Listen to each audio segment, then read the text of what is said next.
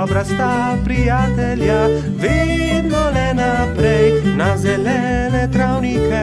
Bobby in Pika, ko posije sonce, vesela in smeje, odhitita v gori. Bobby in Pika, dobra sta prijatelja. Mali kanarčki. Nekega lepega dne si je kanarček Klemen našel partnerko. Alenka je živela na hrastovem drevesu nedaleč od Pikine hiše. Klemen in njegova partnerka sta si naredila gnezdo na najlepši veji hrasta. Bibi in Pika pa sta od spodaj opazovala ptici, kako gradita gnezdo. Poglej, Alenka že več dni ni vstala, samo sedi v gnezdu. Je mogoče bolna? Je skrbelo Polžka. Kje pa, Bibi? Zagotovo bo valila jajca, imeli bodo mladičke, se je navduševala Pika. Jajca? Mladički? Je bil zmeden Polž. No, seveda, greje jih in iz jajce bodo kmalu zvalili mladički, je dejala Pika Polonica. Alenka je kmalu vstala in ko se je obrnila v gnezdu, je Bibi zagledal 3 mala bela jajca.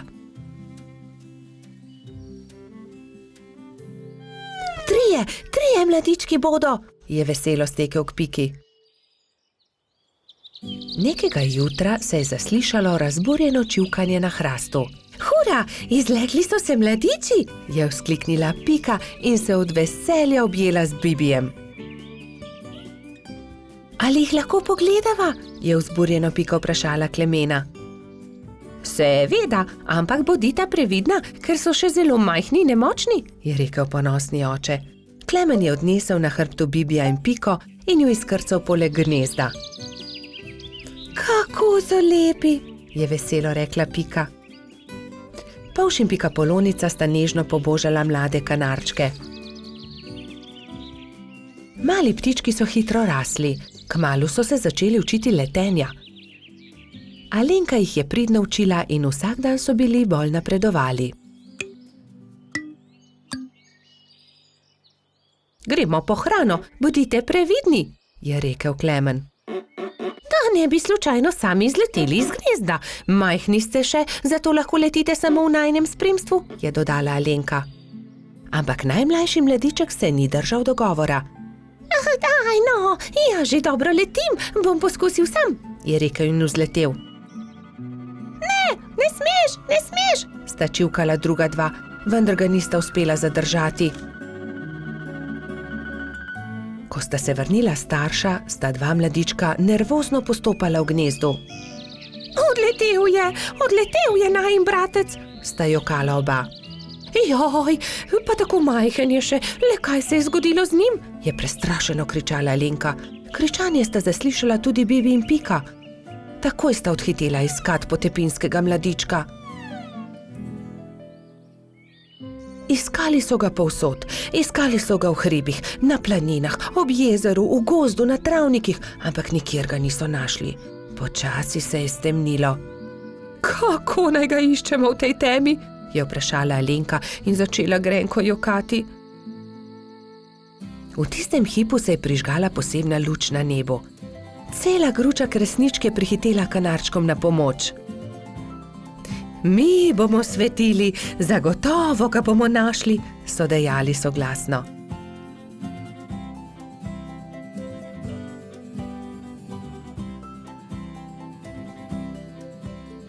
Tam je, v grmovju, je zakričal nenadoma Bibi in vsi so stekli tja. Mali kanarček je utrujen in prezebel dremal sredi grmovja. Alenka ga je dvignila v svoje krilo in ga veselo objela. Pa smo te našli. Od zdaj naprej vedno bodi priden, je rekel Klemen. Alenka je odletela proti nebu, kresničke pa so svetleče se zaplesale okoli njih. Tako lepo je bilo videti, kot da bi vile plesale na nebu.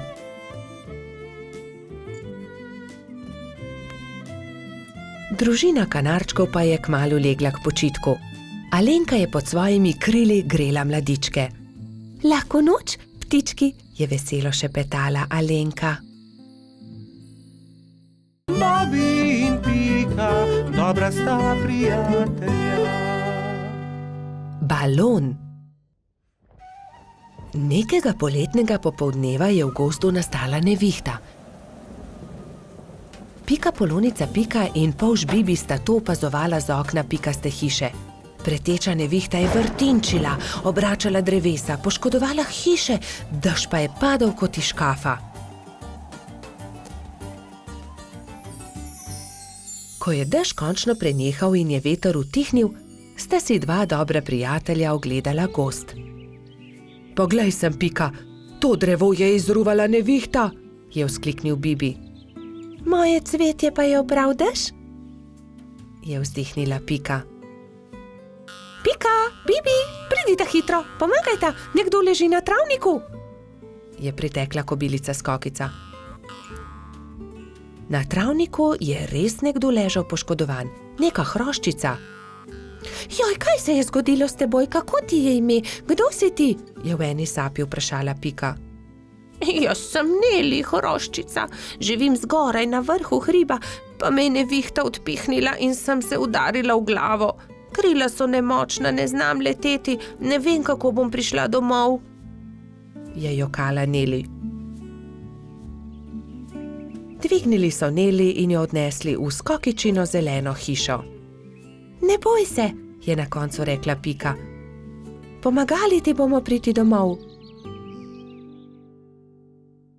Popoldne so prišli Trod Baltazar, Metuljčica Rozi in hrošč rogač Gašper.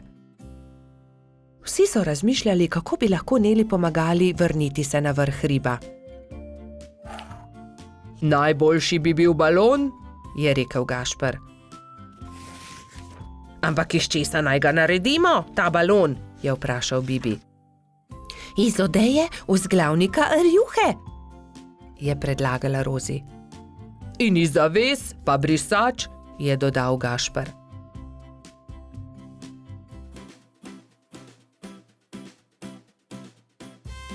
Takoj so začeli delati. Vsakdo je prijel za svoje delo. Sešili so blago, sešili so odeje, zavese, rjuhe in brisače. Tudi Neli je pomagala. Vsak dan se je počutila bolj močno in tudi glava je ni več bolela. Minilo je nekaj dni, preden je bil balon narejen. Končano je. Hvala lepa, je veselo rekla Neli. Gremo na vrh hriba. Hurra, letimo, je veselo zakričal Bibi. Wow, izredno lepo je, ves gozd vidimo, se je veselila tudi Pika.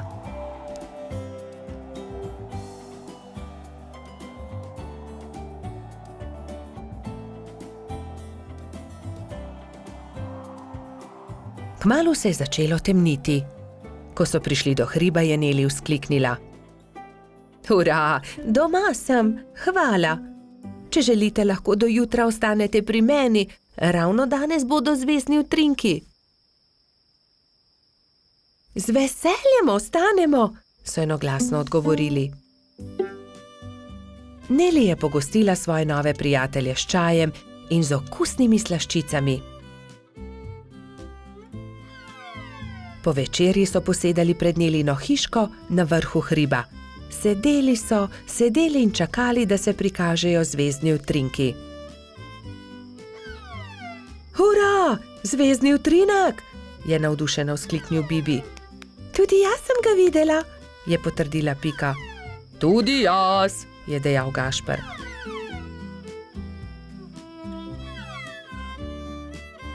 Ko se je shladilo, so odšli v Nelino hišo in skozi okna še dolgo gledali zvezdne utrinke. Pred spanjem si je ob zvezdnem utrinku vsakdo nekaj zaželel.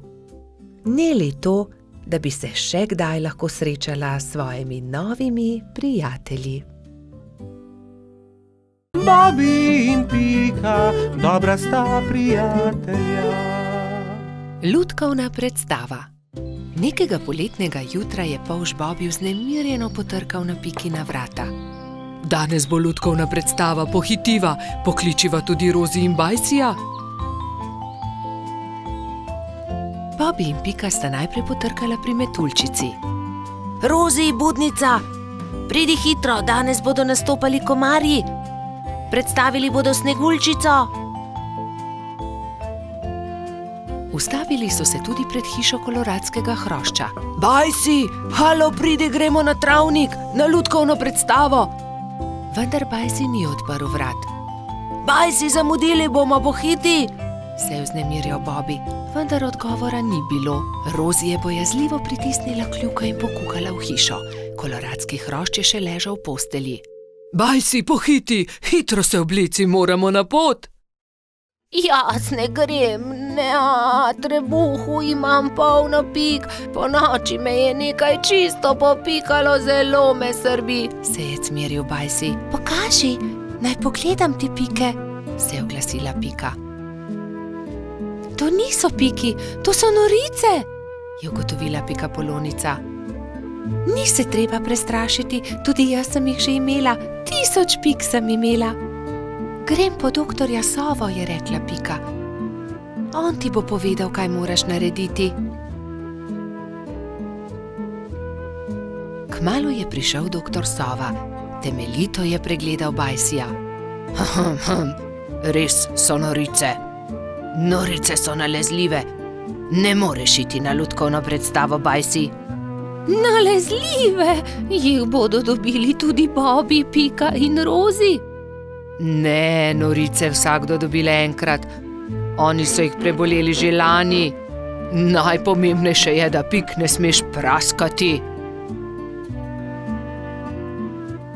Gotovo bo lutkovna predstava še kdaj drugič. Ga je tolažil Bobby. Ne jezi se, kmalu boš ozdravel, se je smehljala Pika.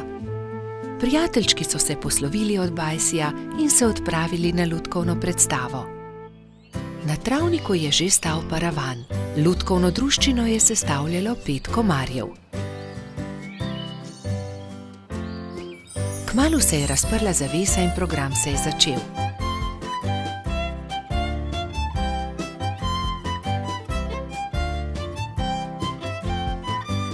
V tišini in pozorno so si ogledali predstavo, na koncu pa so z velikim aplavzom pozdravili lutkarje. Komarji so dovolili, da so prebivalci gozda vzeli v roke lutke in si jih ogledali.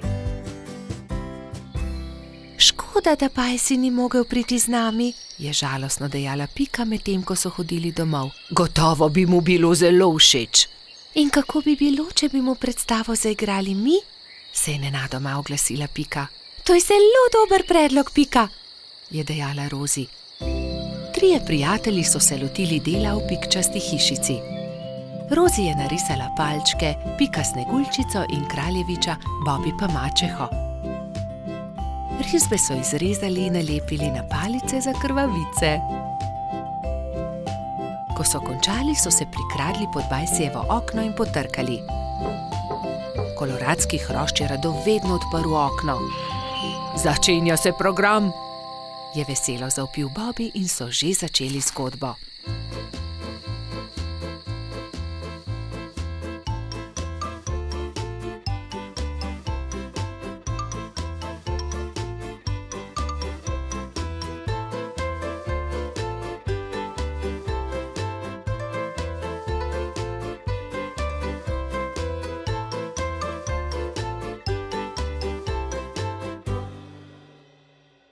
Hvala, Je dejal. zelo dobri prijatelji ste. Čez 10 dni je znova prišel doktor Sova. Do takrat pa so že izginile vse Bajsijeve pike. Bobby in Pika, dobra sta prijatelja. Nogometna tekma. Nekega poletnega jutra je rogača Gašperja zbudilo glasno trkanje. Halo, Gašper, odpri! Jaz sem, Frici! Rogač je zaspano vstal iz postelje in odprl vrata. No, Frici, vstopi! Je srečno zavpil Gašper in stara prijatelja sta se objela. Poglej, prinesel sem ti nekaj, je dejal Frici. Nogometna žoga, hura!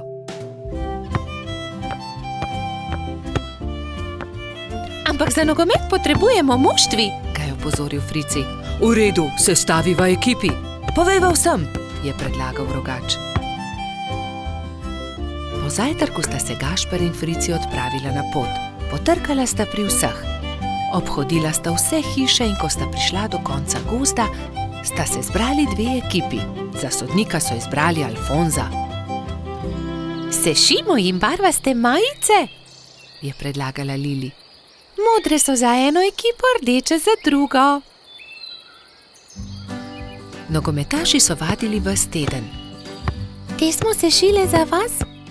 Je dejala Sapica in Gašperju potisnila v roke rdeče in modre majice. Hvala, sta dejali ekipi hkrati in srečni oblekli majice. Pika in Lili sta prinesli klopi in gledalci so zasedli svoja mesta na robu igrišča. Nenadoma se je oglasila Alfonzova piščalka in tekma se je začela. To je to, teci Bobby, je zavpil Gašper. Sem meni podaj, je zavpil Gumbi. Hura, to je to, se je veselila modra ekipa in se objela. Dajmo modri, dajmo rdeči, je bilo mogoče slišati iz občinstva. Ne velja, Frici, ne smeš z roko prijeti žoge, se je jezil Trot. Res je, Baltazar ima prav, ne krši več pravil, Frici, je strogo dejal sodnik Alfons. Tekma se je vznemirljivo nadaljevala. Tudi rdeči so dosegli 2 gola, modri tudi, tako da je Gašperjeva ekipa vodila že s 3-2, ko se je igra spet ustavila. Frici me je spotaknil, se je pritoževal Gumbi. Da, tudi jaz sem videl, je dejal Alfons. Frici, če bo še enkrat kršil pravila, te bom izključil. Kazalo je na zmago Gašperjeve ekipe. Frici se je nenadoma razjezil. Poglej me, zdaj bom zadev, je zavpil in odrinil Bobija, vendar je od sunka padel tudi sam in v bolečinah zavpil.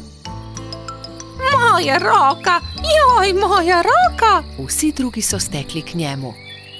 Hitro stečem po doktorja Sovo, je dejala Sapica in se že odpravila. Če te ne bi bolela roka, bi te najraje izključil, je dejal Alfons. Grdo si porinil Bobija. Da, vem, se je kesajoče oglasil Frici. Kako zelo boli. Prispel je doktor Sova. To je zlomljeno, moram jo dati v mavec. 4 tedne boš nosil mavec, na to ga bomo sneli. Pazi na roko, nič tikanja. Tekma se je končala zmago modre ekipe. Na povratno tekmo bo treba še malo počakati, je dejal Gašper in potrepljal Fricija po hrbtu. Kaj ne, da boš hitro v redu, ne povešaj nosu. Žal mi je, da sem kršil pravila, je ihtel Frici. Obljubim, da ne bom več nagajal, ko se mi pozdravi roka in lahko igramo pošteno povratno tekmo. Do takrat bi lahko malo okrasili Fricijev mavec, se je smehljala Pika. Pridite, vse vas povabim na malico.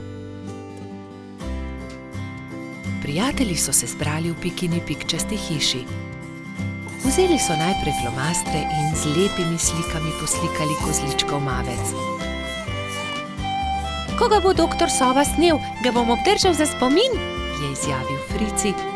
Nato so se vsi usedli k mizi in do zadnjega kosa pojedli velikansko biskvitno rolado. Bobby in Pika, dobra sta prijatelja. Zvezdna hiša. Nekega poletnega večera sta Bobby in Pika kartala v pikčasti hiši, ko sta zagledala velik sijajčes hrib. Kaj je bilo to? Je vprašal Bobby. Kot da sem videl padajočo zvezdo. Padajoča zvezda ni mogoče, poglejva bliže, je predlagala Pika. Bobby in Pika sta se z roko v roki odpravila proti svetlobi.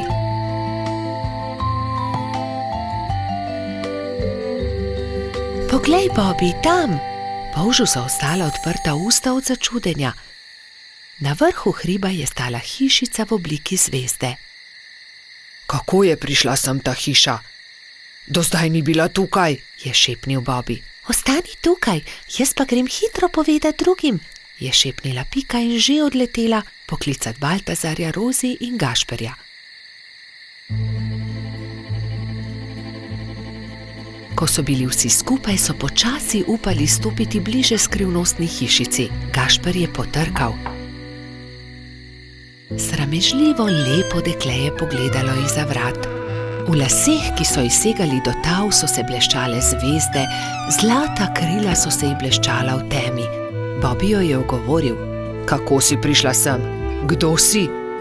Vendar dekle ni odgovorilo. Poskusil je tudi Gašper: Naj ti pomagamo? Vendar tudi zdaj ni bilo odgovora. Dekle je le stalo in se ni oglasilo.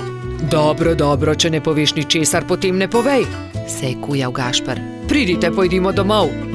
Počakajte, se je oglasila Pika. Mogoče ne zna govoriti.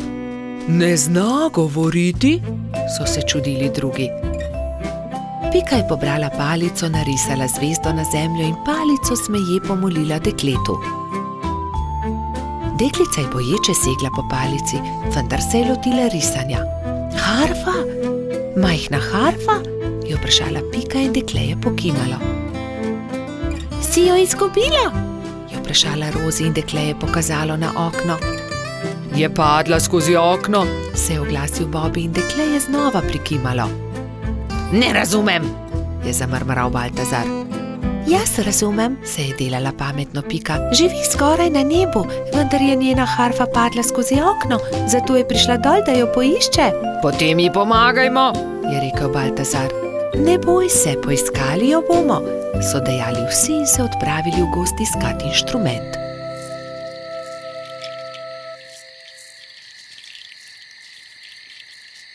Nikjer je ni, je žalostno dejal Bobby. Pogledal sem vsak grm. Tudi jaz je ne najdem, čeprav smo pogledali vse povsod, se je jezil tudi Baltazar.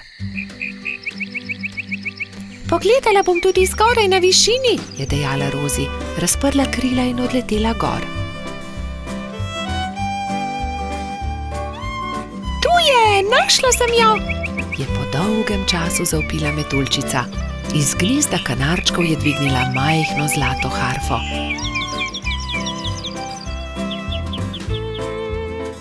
Previdno jo je vrnila zvezdnemu dekletu.